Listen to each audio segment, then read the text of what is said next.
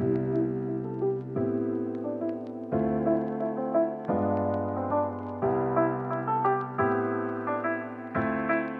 right, so on a round nose board, our rail strips are gonna get wrapped around the nose.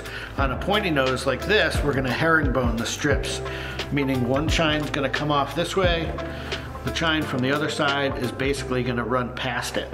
So when all said and done, we're gonna cut this off right there, and this strip will run past this strip. All right guys, this is a little trick we learned with hot glue for pointy nose boards where you want to be able to put both strips down at the same time. You don't want to have to wait for Titebond to dry on one side.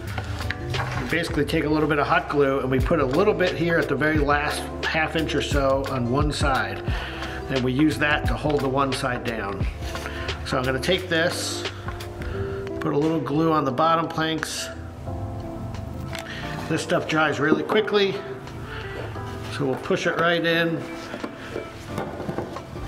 get a clamp right on there. That'll dry just in a couple seconds. We'll be able to cut it off and run the next strip right past it.